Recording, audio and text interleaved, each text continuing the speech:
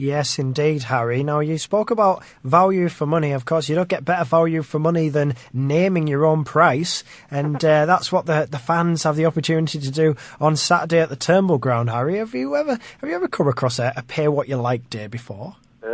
Not really. I just hope at the end of the day some people just don't come in and don't pay anything. I think they realise, we've had a torrid time this year in terms of missing games and in terms of the club not having any income whatsoever. So I'm just hoping that people, I don't think they will, because Whitby people aren't like that anyway, but I can certainly foresee a few people coming down and all to think, I'll go at the game and come in and not pay anything, which is entirely up to the individual. But I think because the club's made a gesture like this, I think it would be nice if the majority of people, did put something into the coffers and try and keep us going for the next week or so.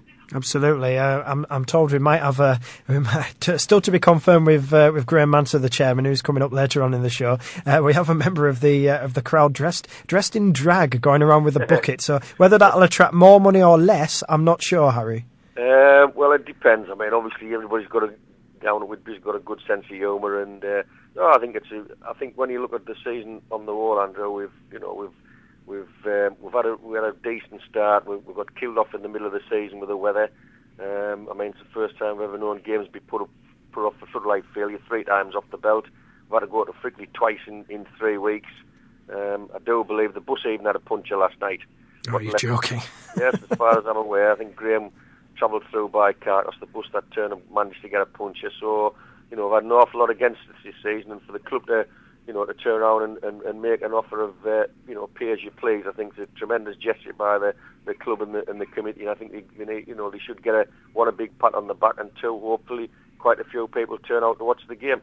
I think that's very important, Harry. Obviously, that people pay the club what they feel they deserve, and it's just been an unprecedented season of misfortunes. I think we're up to 10 postponements at the moment and counting. Of course, we still have to go to Kendal next week, and they don't call it the Lake District for no reason. No. So yeah, it's been a testing season, and I think what better way to pay back the club than to really flood through the turnstiles, so to speak, and really gives a big crowd to cheer the lads on Saturday.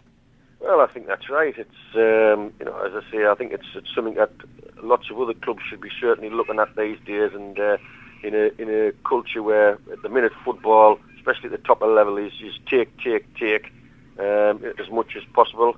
I think once you get down to our level, and as I say, a lot of clubs at our level are struggling badly for finance, and the way the season's gone and the postponements and the fact the club didn't take anything for weeks on end in the clubhouse just because of the weather. It really is a good gesture by all concerned, and I think it's something what other clubs in the future should be considering. You've got to try and look after your supporters, Andrew. At the end of the day, managers and players come and go at all clubs. Supporters are there for life, and I think now and again gestures like this, much appreciated by the supporters, and hopefully they'll come out and support the club. Absolutely, Harry. And if there's any new supporters just listening into the Codcast today before Saturday's game, I mean, what would you say to anybody who's just mulling it over whether they should come to the Turnbull Ground on Saturday? Well, the first thing is they've got to realise we're very much under strength. We've got players like Tony Hackworth, who's played for Leeds United in his time. We've Andy Campbell, who's played in the Premiership for Middlesbrough. Jed Dalton, who got an awful lot of headlines last year for scoring the winner against Bournemouth up at Blythe. We've got good players missing, and certainly not the judges on what we do on Saturday, but more so on what we can do in the future. And that's the way we're looking at things at the moment, more to the future than this year. Okay, Harry. I mean, will you be keeping in mind that it's important to entertain the crowd, and will you be sending the team out to try and score goals on Saturday? Oh yes, well, I mean, we've tried. I mean, for all we haven't had any strikers, Andrew, we've still played with 3 up. I mean, even if it hasn't been 3 strikers, we've still stuck 3 players up. We tried again last night to play with 3 up. It's a philosophy we talked about doing at the beginning of the season, and fair enough, we might have lost a couple of games, so we might have won a couple of games, so but that's the way we're going to look at it. Who is going to take centre stage this year? The winner is... On Saturday the 8th of May at 7:30pm, Whitby Town Football Club present the end of season awards night at the Stables Restaurant, Whitby. The night comprises of the Player Awards presentations, a casino, a superb buffet and live entertainment from a magician. Admission is by ticket only, priced at £12 each, and there are a limited number of tickets available. So to get yours, please see our chairman, Graham Manser. The winner is... Okay, Harry, and just to confirm, talking of Hackey and his injury problems, is that Tony out for the season now after limping off yesterday? Well, it's difficult. I mean, we've got to be fair to Tony. We kind of, we can't be forever, asking a lad to play when he's injured. I mean, we've always left it up to me. We always do that as a manager. If a player comes to me and says, "Look, I'm not happy, my injury's not right," then he doesn't play. But Tony's done the warm-up. He played quite a bit of the game on Friday. We took him off as a precaution because, with 8 men, Andrew, and 2-0 down, we're not going to get nothing. Anybody with half a brain says it's either going to be 2 going on 3. So you think, well, we'll get him out of the game and give him, he's got another. I mean, Monday was a godsend for us in one respect because it gave him a bit of a rest for Wednesday, and he's tried it. He's had one. He's had his shots, and unfortunately the groins flared up again. So we took him straight off. And I think at the end of the day we've got to be fair to Tony and perhaps just leave it and say, well, we've got to look forward to next August now and get a good rest over the summer and hopefully get back to his best for next August. Okay, Harry, and also Jed Dalton hobbling off as well. Well, Jed was another one. I mean, we wanted to give him 20 minutes on last Friday, just to see how he's progressing. He got through it all right, no problem. And you think, well, at least we've got another one back, and he felt all right in the warm up.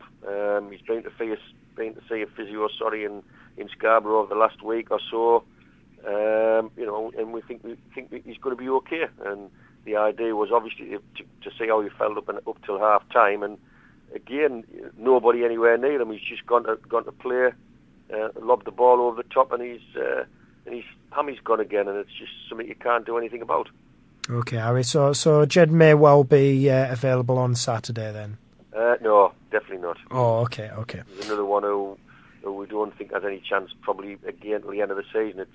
It's another one just the same as Hackey Andrew, where do we risk him again and then miss all the summer and not be ready for next year, or do we say right, we'll write the season off for him and then and hope we'll get him right for next year and give the lad a chance. Okay, well, our very own defender turned striker Andy Leeson's been hitting the net fairly regularly, Harry. So I wouldn't worry too much. Also, he's enjoying it, and to be fair, he does pretty canny up there. He plays it quite well, and he keeps it simple. And the thing about him is he's honest, and you can't ask for no more than that of any of your players. Okay, Harry. Well, thanks very much for talking to us. It's a pleasure. Whitby Town manager Harry Dunn there, looking ahead to Saturday's Pay What You Like game against Durham City. And I'm pleased to say that a man who maybe isn't quite saying pay what you like in the club shop, it's our very own George Osbourne. Now, I know you do have some excellent free offers though, George. Good afternoon to you, Goose. Good afternoon. I certainly couldn't encourage people to come in and pay what they want.